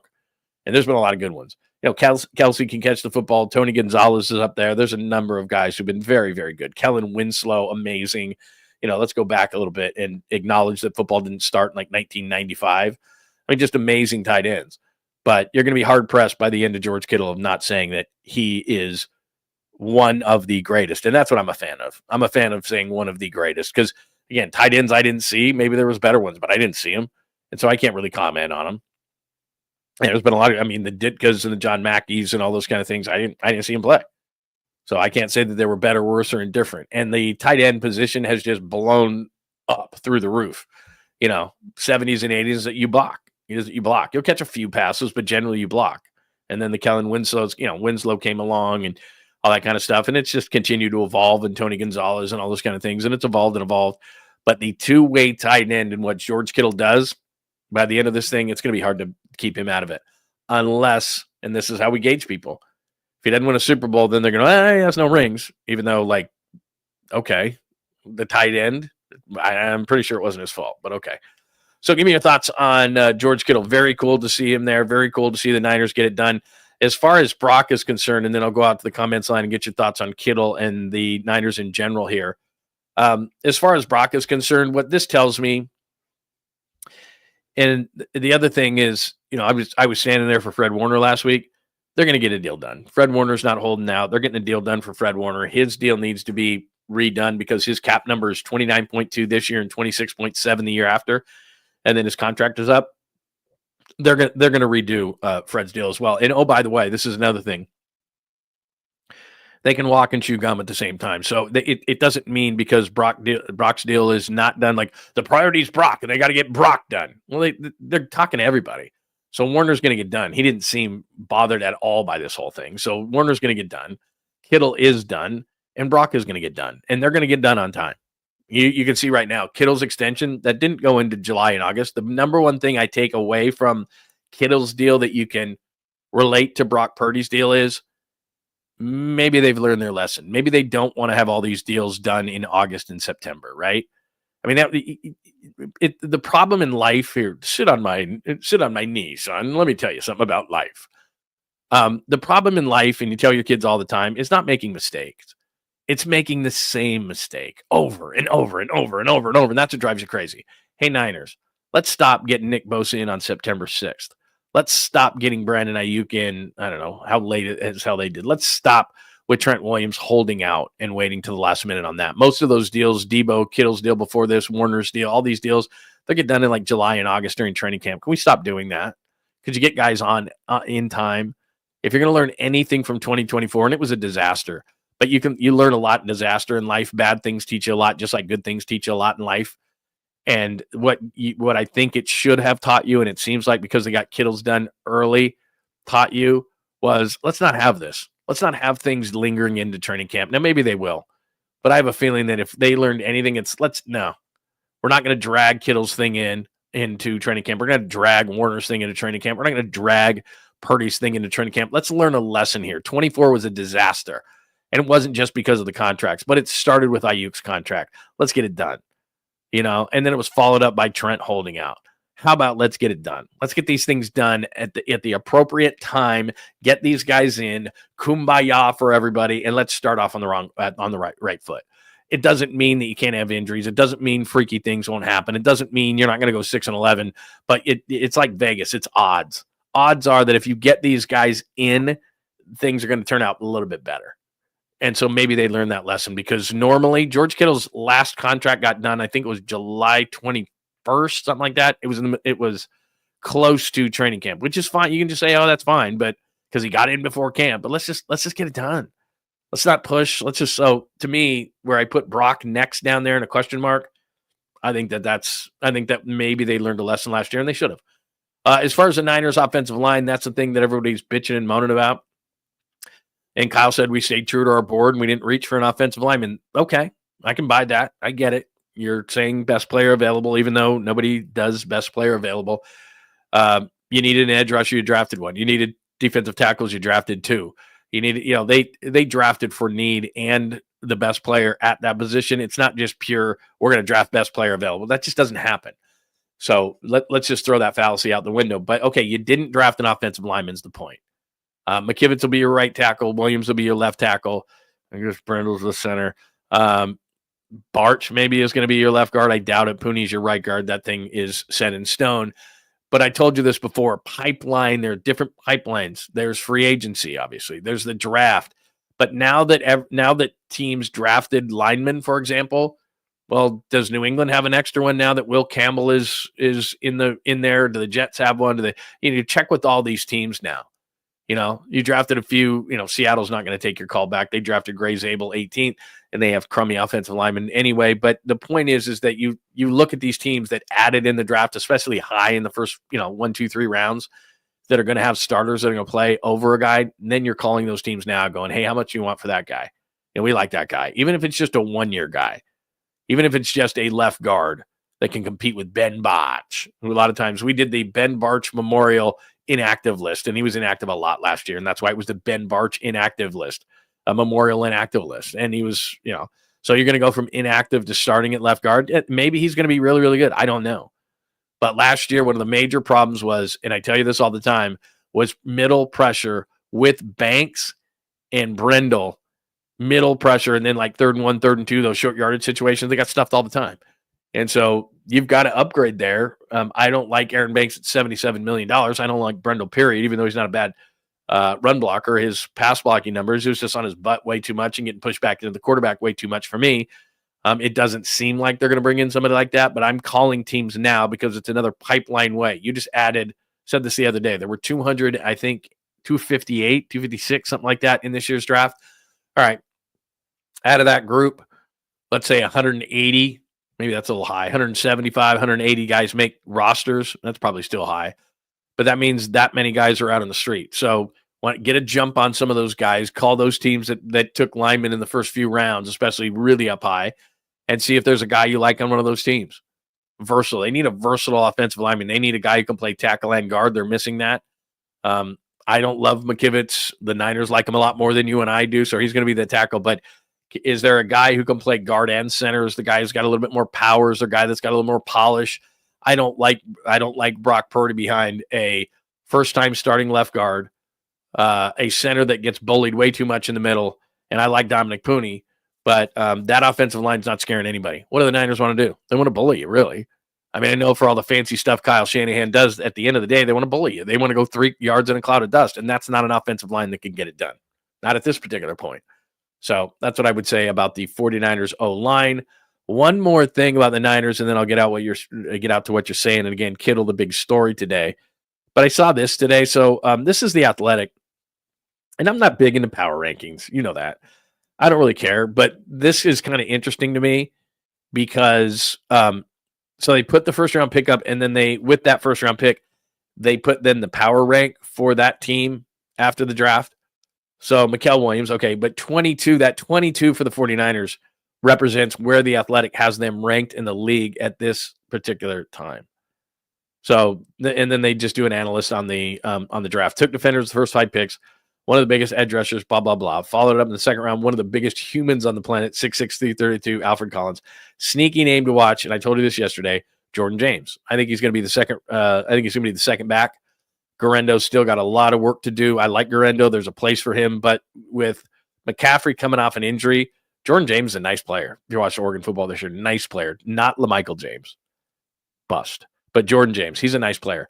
But 22nd is where they have the 49ers. By the way, if you go to NFL.com, I didn't bring this up, I don't think. No, I didn't. I didn't pop this one up in my pictures today. The comp for Alfred Williams on NFL.com by Lance Zierlein is 𝐬𝐿 Kinlaw. But I said that. 6'6", 332, couldn't get his pads down. And that's kind of the issue with Collins. He's a massive human being, but at 6'6", I'd rather have a guy like be 6'1", 6'2" inside, 6 foot, like Aaron Donald kind of thing. Because you can't get under their pads. 6'6", it's like you stand up, pushed you back. You're on skates, like Kinlaw was so much. So it's not that I don't like Collins. Let's see. I'll give him the benefit of the doubt here, but 6'6" inside is tough to deal with. And you're 332, so you're not screaming off the edge. So, but they have the Niners 22nd. And you know what? To be honest, I love that kind of stuff. I love when a team is underrated, and I think with their schedule, they're underrated. They're not the 22nd best team in the NFL. So they've got them at 22. I think they're better than that. I think the schedule alone gets them better than that. Do I love the draft? I told you, I don't do draft grades. I don't love it, but we'll see. We'll see. Those guys know a lot more than me. We'll see. Nick Martin, I'm excited about the Oklahoma State running back. Collins, I'm a little iffy on. I like CJ West.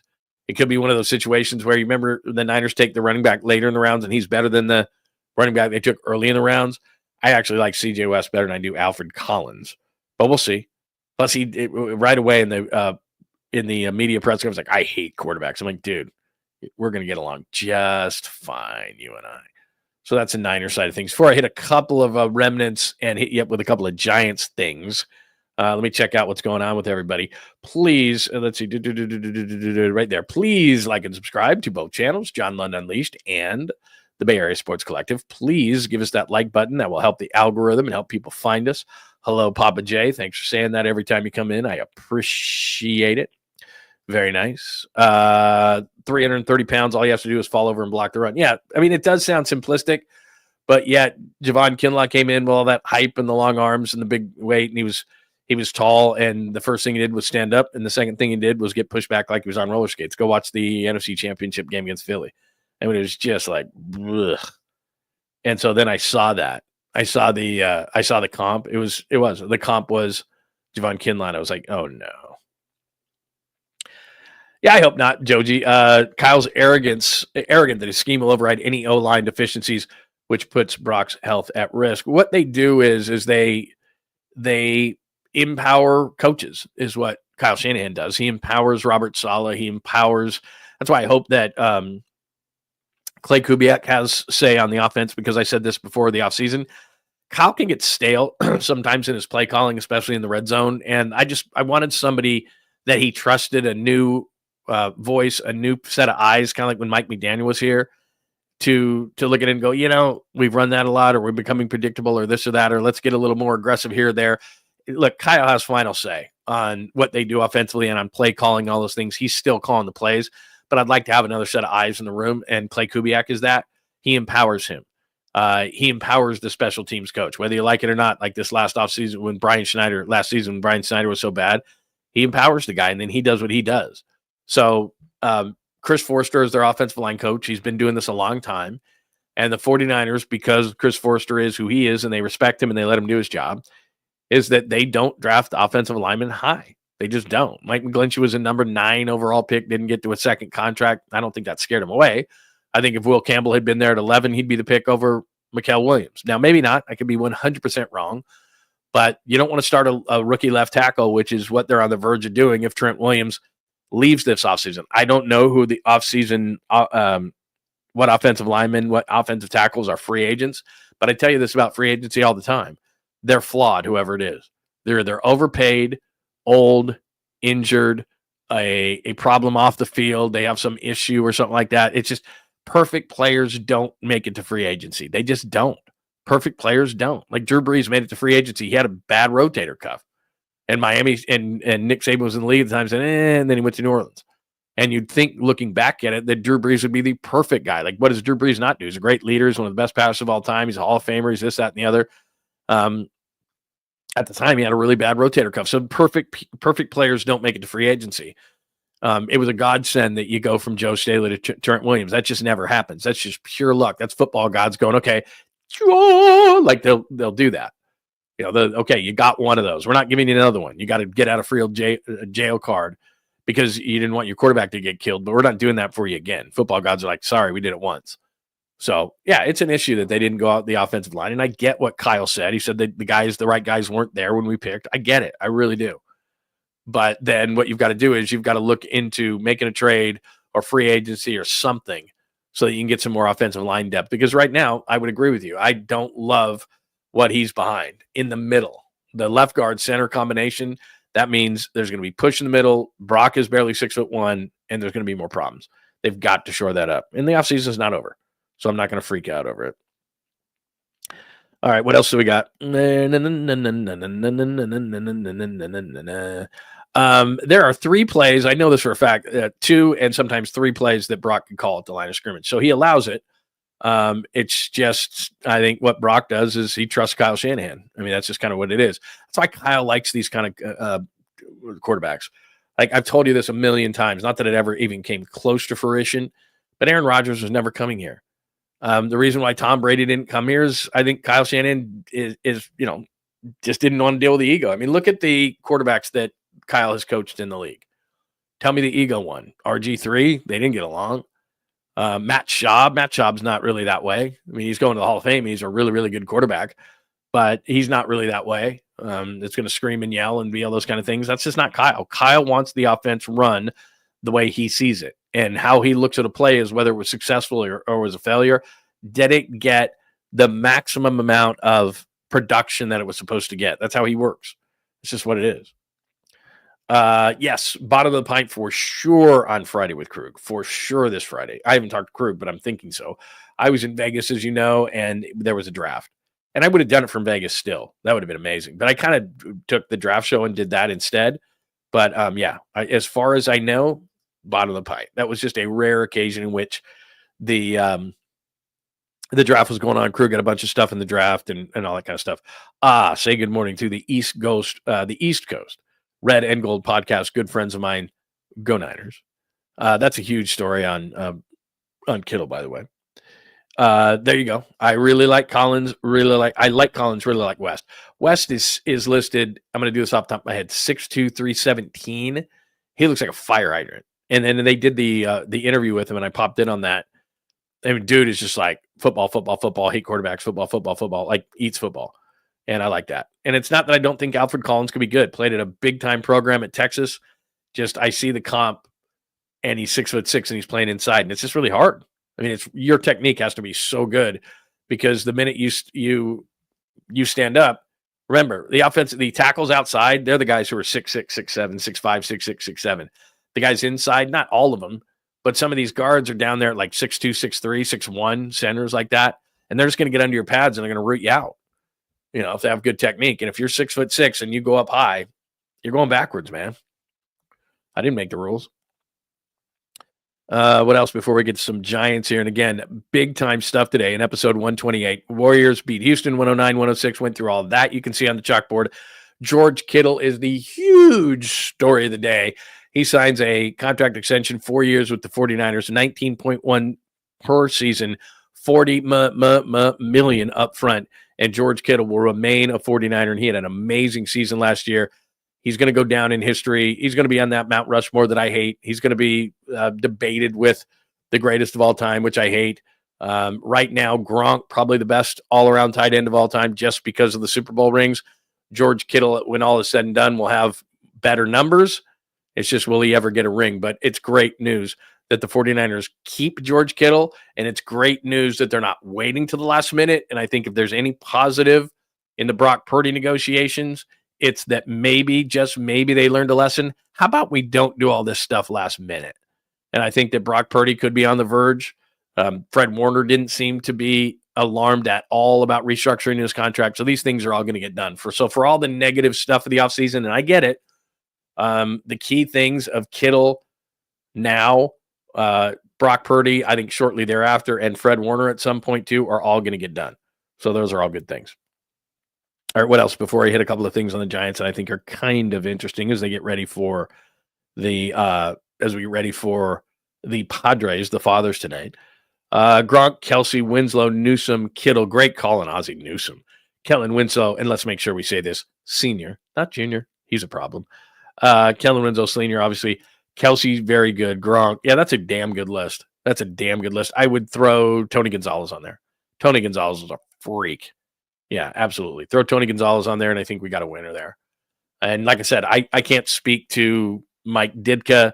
I can't speak to John Mackey. I'm trying to think some of the other great ones, but that's a pretty damn good list. And I didn't put Ozzie Newsom on mine. And in his prime, he was so good. I got to think of some other tight ends. And there were some good ones. Ben Coates. Remember Ben Coates of the Patriots? He wore 87 before Gronk. He was really good. Not that level, but he was really good. All right, what else do we have? Yeah, Ditka. I mean, if you look back at the black and white stuff that Ditka did, like, it was just like, and he had the kicker face mask, he had the single bar.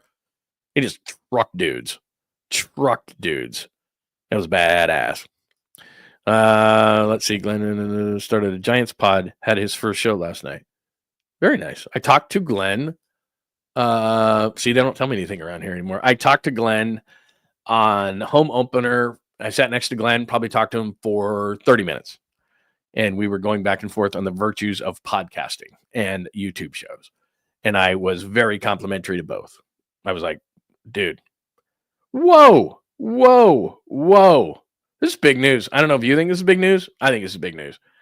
It's media related. Today marks the end of a 15-year run covering the Raiders, Vic Tafur says. I'm returning to the Bay Area and writing about the 49ers with The Athletic with Matt Barrows. Raiders players, coaches, and fans were never dull. And, man, there were some stories. The beat is in great hands.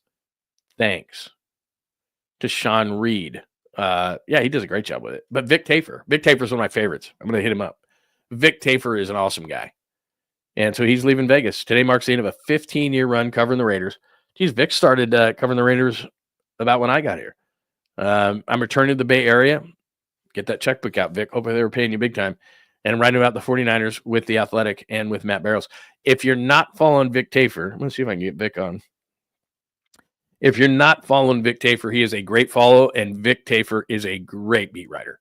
We are all better for Vic Tafur coming to cover the 49ers. So Vic Tafur and Matt Barrows are going to cover the Niners because David Lombardi went over, and he's with the SF Standard with 𝐾𝐿. So they needed a guy to cover the Niners, and Vic is great. So Vic Tafur and Matt Barrows will be your athletic 40 guys to cover the 49ers. Vic is awesome if you don't know Vic. Not only is he a great beat writer, he's an awesome guy. And that's good. Very cool, man. Very cool. Like I said, it's media related, so whatever. Todd Christensen, what a great call that is, Mark. So Todd and I were friends when I worked in Utah. Unfortunately, he has passed, speaking of Raiders. And, yeah, what a great tight end he was. And he had a reputation with people because he just said what he thought. Todd Christensen would be on every ESPN show right now. And he wasn't a bullshitter.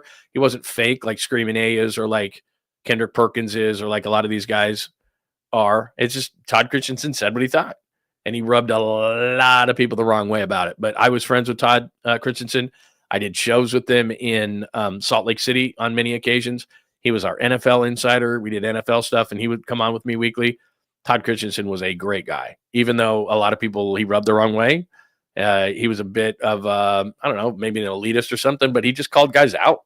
You know, he was good on TV, I thought. He just called guys out. If he didn't like something, called him out. Boy, these are some great names. You guys are crushing it. Russ Francis, especially when he was with the Pats. Antonio Gates, how could I forget that? Good call, Fozzie. Antonio Gates was absolutely great. And he started that whole thing about, you know, basketball players becoming football players. Just badass. And like you said, 𝐷𝐿𝐾𝐿 was absolutely great. Who else are we missing? Who else am I missing on that front? Pretty good. That's a pretty good list, though. But, yeah, he's going to – look, he's going to be Kittle's going to be on that list. By the way, I hope he's not Kinlaw, the 1-4-20. I hope he's not. I'm just saying that's what NFL.com put in their comp of him. In fact, I'll just – rather than trying to be all fancy and send it over to you, this is what's scared the hell out of me today. Let me look at this. Let me see here. Well, let me go to my photos. Don't know if I can. I got to make sure I'm not showing you certain photos here. But right here. Here. Let's see if we can get this close enough to you so I don't have to send it. I'm going to probably spill something. Can we even see that? Yeah. See that right there? Round 2, Javon Kinlaw. That's Alfred Collins' comp, according to NFL.com. I was like, oh, no. No. Adam Peters still believes him because he gave him a bunch of money with Washington. Yes, I did know this, Kyle. Paulie Mack was in Vegas at the same time as you. Yeah, he went to see the Dead at Sphere. I've seen you too at Sphere. I really wanted to see the Eagles at Sphere, but that's probably not happening. But yeah, I knew Paulie Mack was there, and I mean, this doesn't count and is really stupid, but I'm going to say it anyway. So I was out in the Henderson area. I was doing some business and doing some things out there, and a friend of mine who I later met with. So Paulie had lunch with a friend of mine, and then that friend came out and met me for happy hour. So that person was very happy because they did lunch and happy hour. But they literally were just like, I was just with Paulie Mack, and now I'm talking to you. So person that used to be in the Bay Area, and we both met. But yeah, I knew that Paulie was there. And actually, I stayed on the Strip, as you know. I stayed on the Strip, and I forgot where Paulie was staying.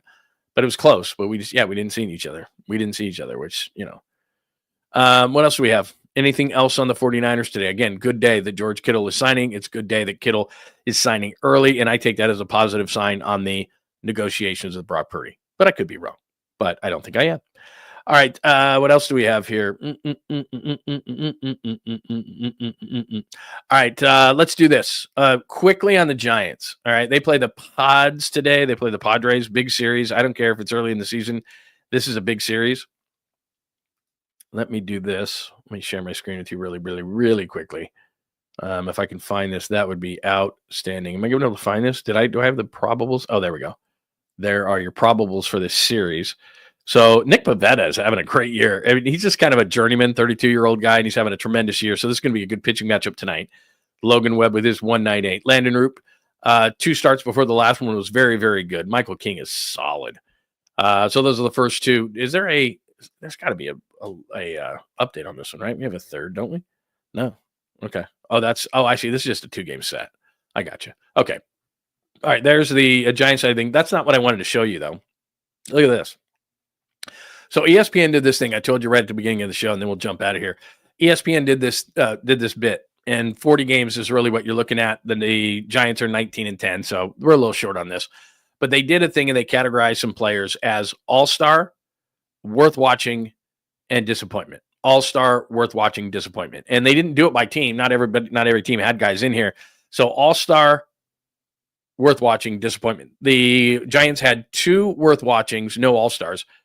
This guy's an all-star. Come on. 𝐿·j·ung Lee to this point. It's only 29 games. I get it. Cut short, 37 games, but so far in 29, Lee is showing all the all-around skills that made him the best player in Korea. He's an all-star. I mean, dude's hitting like 330, scoring a ton of runs, hitting third in the Giants lineup. Giants are one of the highest scoring teams in the league, which is crazy. And 𝐿·j·ung Lee has got a great glove in center field. So to me, and I haven't looked at the other positions, I'm not saying he's the best center fielder in the game. I'm saying he's their best player. They've got the, second best record in the National League behind the Mets, I think, or somewhere in there. He's an all-star. So it's just player to watch. So again, it goes all-star, player to watch, and disappointment. Another player to watch, and this is absolutely huge, is Randy Rodriguez. Typical fastball slider reliever, has yet to allow a run or a walk as he has moved into a key setup role for the Giants. If this guy can keep it going in the bullpen, and it goes Rodriguez, Duvall, Walker, or they reverse that depending on how things. I still have a lot of faith in Walker, but those 3 guys at the end, and I keep saying this, but you might mix in as your long guy Hicks at some point because Birdsong is just that good. Your pitching staff is cooking with gas at this point. And then I'm not ready to call. I'm not upset with Willy Adames just yet. But it says right here, blah, blah, blah, blah, blah. Adames has no excuse. $182 million deal. Has been bad at the plate and even worse in the field. He has. And that's a major, major problem. With the worst defensive metrics of any shortstop. It's only been a month, but Adames was always a risky signing. The power should eventually land, but if the defense doesn't turn around, the Giants will have a shortstop problem. I'm not panicking, but there's no lies in there. He hasn't hit well. I think he will. One of the things about and Jorge Soler, and I thought the park got into Jorge Soler's head, and he couldn't hit in this park, and he struggled in this park. And he's fishing obviously for a lot of pitches out of the zone last year. And I just think mentally it got to Jorge Soler, and I hope it doesn't get that way with Willy Adames because the park can be intimidating. But he's a right-handed hitter. He shouldn't be staring at triples alley. I know he can spray it all over, but I don't think he's at that point. Between the two things, clearly defense is a much bigger issue to me because, a guy like Logan Webb, that's a ground ball pitcher. And as I've told you, as I look around the diamond, in Bailey, you've got a gold glove catcher. In Chapman, you have a gold glove third baseman. Tyler Fitzgerald's an above average athlete, so should be good at second. Lamont Wade isn't long for first base anyway. Yaz is an above average gold glove caliber right fielder. 𝐿·j·ung Lee is a gold glove caliber center fielder. Elliot Ramos is above average in left. Just don't put him in center. But as a corner outfielder, he can be adventurous at times, but he can be very solid. So across the board, your weakness defensively, and you can't have a weakness here, is at shortstop. And we just saw Brandon Crawford, beautiful suit over the weekend. We just saw Brandon Crawford, and we almost took for granted having a solid defensive shortstop. And I like Willy Adames, and I'm not where ESPN is in terms of saying, even speculating that's a bad contract, because I don't think it is. But still, it's scary when you see those kind of situations that he's just not getting it done. He's not picking it at short. And that's not good. Because at some point during this 7-year, $182 million contract, does Adames have to become a second baseman? Does Adames have to become a DH? Like, he's not a good shortstop. He has not been a good shortstop. And his metrics have not been this bad ever. So do you have to go back in and be like, damn, I got to get another shortstop and I got to move to I got to move Adames to second now because he can't handle short? That was the whole point. I don't want to give $182 million to a second baseman. I want to give $182 million to a shortstop, and I want him to fix the problem, both offensively and defensively. So I'm not where ESPN is. I'm not even bringing up the contract. The only reason I am is because they did. I wouldn't normally do that. I don't think we're at that point. It bears watching.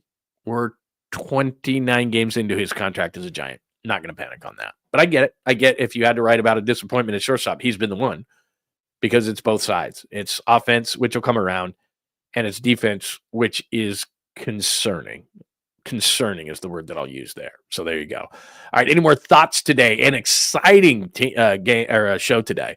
Having Jimmy Butler do what he did, having George Kittle sign the contract. I think that's great news for Brock Purdy and how quickly they're going to get that deal done. Giants taking on the A's. Great matchup. Nick Pivetta is a veteran, but he's pitched really well this year against Logan Webb. So that's a quality game. And then we're going to watch a bunch of NBA tonight. And I would like to, I know this is weird to say, I would like the Lakers series to get extended. Does it mean I'm rooting for the Lakers? I'm not going to put it that way, but I'd like the series to be extended so the Warriors can win the series and get extra rest. That's what I'm saying. All right, so I'm not rooting for anybody. What else do we got? Bring back Belt and Craw. Yeah, where is Belt right now? Where is Brandon Belt? I know he was off last year, but he can't possibly be as bad as, although he was near the end of the line there. Was it the ankles that were giving him all the trouble? He couldn't move anymore. Well, yeah, it's going to be a warm game. That's going to be a really warm game. Like I said, I told you, I went to the park for you. I went to Sutter Health Park for you, the Sweet Clean viewer and listener, and I had a good time there. You know, I don't know that if I was a player, I'd want to play there all the time, but I had a good time. Easy parking. They were major league prices, and that is going to be toasty. That's going to be toasty in July.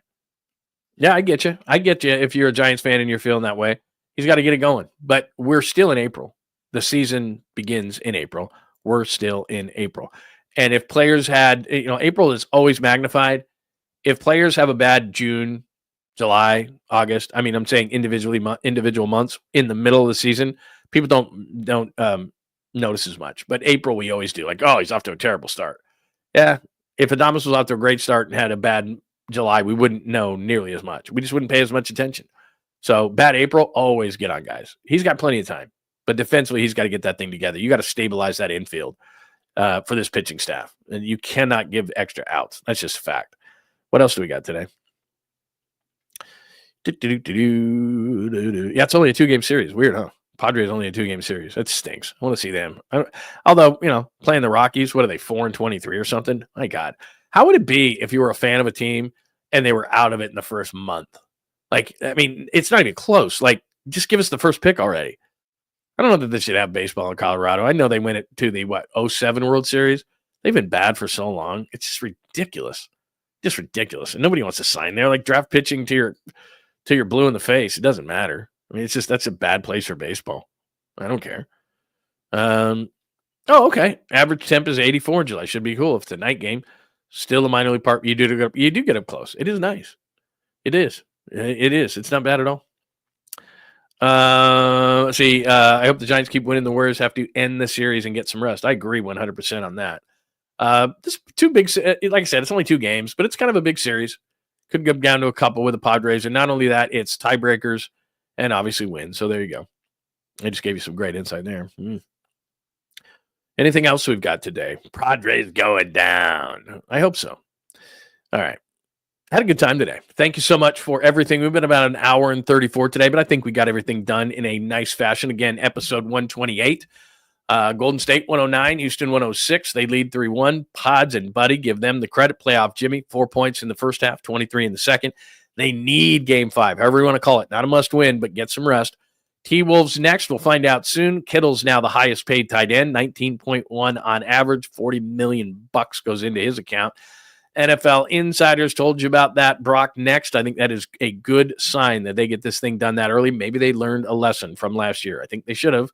49ers O-line, that is certainly a concern, but there are other pipeline ways to bring some guys in, and I expect them to do that. Power ranks, At least The Athletic has them 22nd. I learned, too, that Vic Tafer's coming to cover the 49ers, which is very cool news.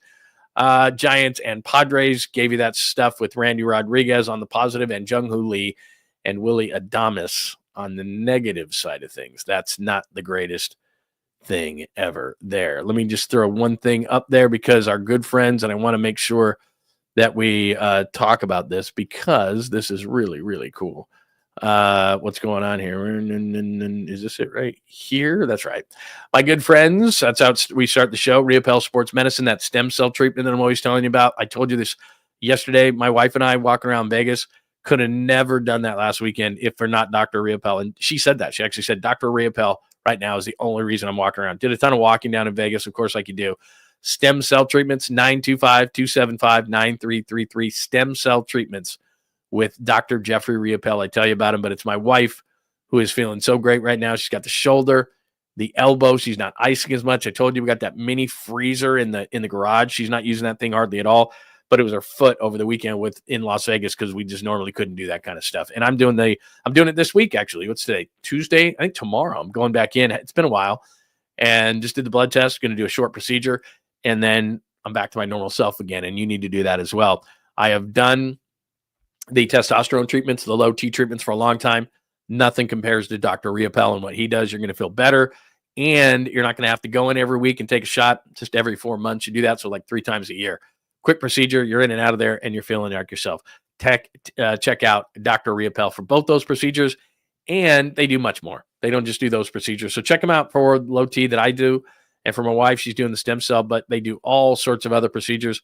So check out Dr. 𝐸𝐴𝐵 in San Ramon, RIOPELLE, Dr. 𝐸𝐴𝐵, and check them out for not only that, but all sorts of great things that they do. Fine sponsor of the program, and please make sure that you look them up and check them out. And like I said, if you're in the East Bay, it's a no-brainer. If you're not, you're thinking to yourself, do I drive over there? Absolutely. Make the appointment today. You're going to feel a ton better. So there you go. All right, anything else before I jump out of here? Dave Casper, nice call. Who did that? Frank. The ghost of the post. Nice job, Frank. Very nice. Later, Lundholics. Very cool. Dave, I'm glad we got Dave Casper in there at the last minute. What was I thinking? There's been so many good Niner tight ends, too. Vernon Davis wasn't a bad one. I'm not saying he's an all-time great, but he was the New Orleans game. Yes, please. All right. Everybody have a great Tuesday edition. Like I said, keep those alerts on. Maybe Brock signs. Hell, Kittle, then Brock. Could happen. Any kind of alerts, any kind of news, any big stuff, I'll make sure that we're right back here. Please make sure that you have your alerts on, that you're subscribed. And please, before you get out of here, give us a like on John Lund Unleashed and the Bay Area Sports Collective. Thanks for watching on X today as well, at John Lund Radio, and Instagram as well, at John Lund Radio there. Twitch, we were live today, LinkedIn, and on Facebook as well. Everybody have a tremendous day. Thanks for making the time for John Lund Unleashed. Make sure 8 a.m. weekdays Pacific time. We are here Monday through Friday. Saturdays at 10 a.m. and as needed, we'll throw out the bat signal. Thanks to everybody. Have a great day. Stay with Bay Area Sports Collective. Paulie's coming up shortly. I just got to double check. I heard that there's a new podcast. I have not been told anything because they don't tell me anything. So I will confirm or deny that. You can do that. Check out my social media at John Lund Radio on X, and I will let you know. All right. We'll talk to you tomorrow at 8 a.m. unless something breaks. Everybody have a tremendous Thanks for hanging out with John Lund Unleashed. We'll try to be better next time, though I wouldn't hold my breath. Please like and subscribe on the John Lund Unleashed Pod YouTube channel. Watch live shows weekdays at 8 a.m. on YouTube, Instagram, and X. And make sure to have your alerts on for shows throughout the day or night. All things Lund can be found at johnlundunleashed.com. johnlundunleashed.com. Goodbye!